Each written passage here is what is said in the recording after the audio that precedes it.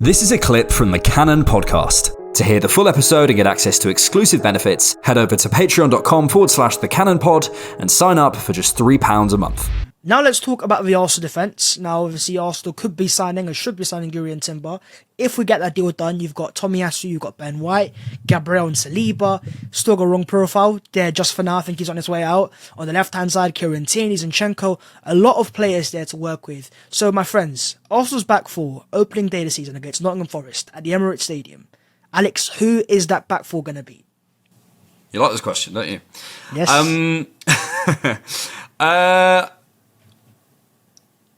I mean, I'm always tempted with these questions to just like Uno reverse you and go like, well, you know. So, but let me actually answer this one. I'm gonna actually answer this one. Zinchenko, I still think will be there. Will be there. Mm-hmm. I think it'll be Zinchenko, White, Gabriel, Saliba, because I think Timber. I'm just going to completely steal one of George's ideas. I think George said this to me earlier on, and I think it's absolutely bang on. Essentially will be a kind of filler in for a while. Certainly, he might have minutes at DM, have minutes at centre back, have minutes at full back, but I don't think we'll see him in a set position. I think I can't see Mikel making too many sweeping changes.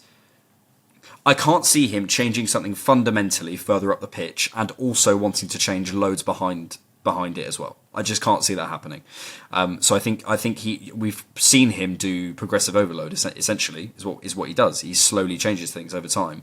We've seen that with moving from the consistently getting 5 lanes or seeing the 3-2 or 2-3, whatever. We've the lone pivot, whatever it is. We've seen it happen slowly over time, and he's experimented with a few games, whatever. He very rarely goes new change, and I can't see him going Rice, Havertz, completely changing the configuration of that midfield, and then also like chucking in a Timber, putting Ben White centre back and playing Kiwior. I can't see that happening. So I think we'll basically see the same setup. I think we'll see a 3-2 probably for a little while, and that can adjust. But then I also wonder whether we'll move back into a 2-3, which we saw at the beginning of last season with Saliba and Gabriel and White and Zinchenko when we're all tucked in. And I wonder whether Timber might be the guy who can move us into that if that's what Mikel wants. So I don't know, but I think we'll same back 5. And Matt Turner, obviously, in goal. Yeah, I mean, Matt Turner could start and goal. But I think that the one little game changer, potentially, I love game changer, don't I? Jakub Kiwior. We saw him towards the end of last season playing as a right centre-back and as a left-back. I think when he signed for Arsenal, correct me if I'm wrong, but Mikel said he will change the way that we play. And I wonder if that is to say that, going into the future, he will become a starter somewhere in that first team. Whether for Gabriel, and I'm already more expect on the left-hand side, a bit of Nathan Ake. George, what do you think is the future for a Kiwior type of profile in this Arsenal team? If I was Zinchenko, I'd be looking nervously over my shoulder, particularly if I was to be looking at kind of the new tactical setup of City, who are looking at kind of 4 centre-backs across the back line. When you look at what Jakub Kiwior kind of has as a trait, like why did Mikel say that first? Let's just ask that question, because I think for me, in order to understand positioning, that can be a debate that everybody debates till the cows come home, but I think the one trait is that long passing trajectory. Jakub Kiwior has probably the best technique of long passing that we've got in the squad, bar Declan Rice, who is pending on coming, but Jakub Kiwior has that Virgil van Dijk switch out to Mohamed Salah on lock. In order to tie it up fundamentally, when you look at Jakub Kiwior, I think, he's got, that channel defending capability. I think he's got that long passing switch, which is going to be really underutilized. I don't think that, it's something that we're able to do quite as much, but it's something that Mikel wants to do. He's referenced it in multiple interviews. And I do think that, when you have a look at his ability to even provide an overlap, something that, he's got quite a good separation even in the final third that we've seen as well, that I don't think Arsenal fans have seen in our sample. We've obviously only seen him at right center back, but, in terms of looking at some scouting vids in the past, he's got a brilliant ability to create separation with his first touch. And so I really think that there's a lot of flexibility there in terms of somebody that can offer himself as an overlap to come into midfield, or he could provide an outside option. He's very, very flexible and provides us the flexibility to maybe even build up in a 2-4-4. That's something that, we've used in the past, but, Kiwior is very capable receiving the touchline.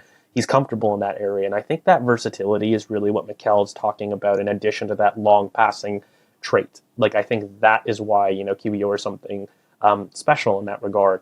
And of course, he's got excellent athletic potential, guys. Like, I mean, he can keep the high line. He can keep us high up the pitch. So when you sacrifice maybe a Zinchenko who isn't, as cute as we're talking right now in tight spaces, I think the benefits that you get from a transition control perspective, but also that long passing switch, is something that Mikel is potentially looking at. Listen, that's a different option when you talk about the Ake type scenario, quote unquote, of having a really strong 1v1 defender, but then somebody that's able to contribute and build up. So I don't see us switching it, by the way. I'm glad that you brought it up. I think that's something down the line that, he's telling to the squad that could happen as a form of, defending at a particular instance. For example, Anfield. I would much rather have Jakub Kiwior there than Tomiyasu, but they carry the same role. 1v1 isolating kind of Mohamed Salah. Can we have somebody that's aerially dominant, that's large, that can do those things, but then also step out? And the one benefit is Tomiyasu being right-footed on the left is very limited in his passing angles. Kiwior wouldn't have that. And, I think that's kind of the benefit of, having a Kiwior in the squad. Now, does he start? No, I just think it'll be a rotation option depending on the opposition. But I'm kind of with Alex. I think to start off the season, we'll probably won't see a change in the back line. The only change that I could see would be dependent on if that diamond formation prediction is true. And then in that case, I actually think that, we'll see a slight change in the back line. But for now, I think that we'll see kind of the normal back four starting. Mm-hmm. And I think with the issue that Mikel might have, though, is with the amount of names that he does have, we've already seen it on the left-hand side with Tierney and Zinchenko, it's hard to keep everyone happy, and I think he needs to show a bit more willingness next season to actually make the changes and throw players in. I think, especially last year in tough games towards the end, he'd throw Tierney on, but I think certain players that we have are too good to just sit on the bench constantly. They need to have minutes in the first team, and I think having Champions League minutes will definitely help that. But Alex, what do you think Mikel can do to keep these players happy as well as just on the top game? Well, I think it's a similar problem to the youth issue. I think he's a very principled guy, which is a good thing in some senses, and also means he can be a little bit rigid in others. There was probably times and periods in his first couple of years where he was very much like, no, we're playing this way. I don't care if we lose a couple of games. We're going to play this way because it's what I believe in, and ultimately it's paid off for him. But we also have to accept that there are pitfalls to that as well, as there is to any approach. So I think what it is he's basically gone, look, you're not exactly what I want, so you're not playing. But I think now he's gone, right, I've got, I would say 15, 16 players. Basically, I looked at the squad last season and I went, how many of these guys do I think Mikel thinks, yeah, like you are at least 90 to 95% of what I want from a footballer in the position that you're playing. And I honestly arrived at like 12, 13. Without any doubts, as in there's probably a few more that you could say maybe, but like with no doubts, probably 12 or 13, which is ultimately our pitfall. We had to bring in wrong profile. So I think we're now at a point where either we've developed to a point where he's like, yeah, I now fully trust you, or he's signed 3 more guys who he can go, yeah, I trust you. And I think then we'll start to see is the Man City thing. Least injuries. Almost, I think something like 16, 7. I think this had something like no hamstring injuries last season, which is a really key thing, which shows you the lack of muscle fatigue. So they're able to rotate properly. And something like 16 to 17 guys who've all played at least 1,000 minutes. That's what you want. That's what you want. So it's not what we could do. We had the likes of Smith Rowe, we had the likes of Nelson, we had the likes of Fabio Vieira, who he probably thought, yeah, not quite. So I think that's basically where we're at. I think Mikel's basically just got his magic number now. He might want 1 more, 2 more, might be seeing about the others, but he's nearly there. So I think we'll see a lot more rotation. Expect next season, and I would love to be clipped up on this, so clip me. I expect next season there to be lots of punditry from the likes of TalkSport and etc. if we lose a game of Mikel doesn't know his best 11. Okay. Which is what happens with Pep when he loses. Because when Pep's tinkering, because it's easy, basically, Pep's tinkering because he's spotted a problem in his team, he's trying to find the solution. And Arteta will be doing the same because he believes that if I bring in a Kiwior, as George mentioned, do I have a bit more in that sense in the left-hand side? Does that change in something affecting here?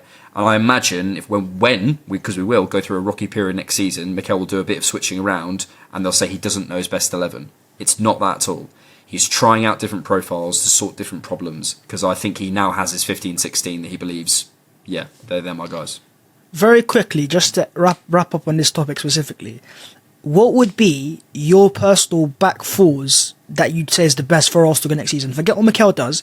In terms of yourselves, who would you say is that back four right now that you'd go for? Go on, George. Thanks for checking out the Cannon Podcast. To get full episodes and access to exclusive benefits, head over to patreon.com/thecannonpod and sign up for just £3 a month.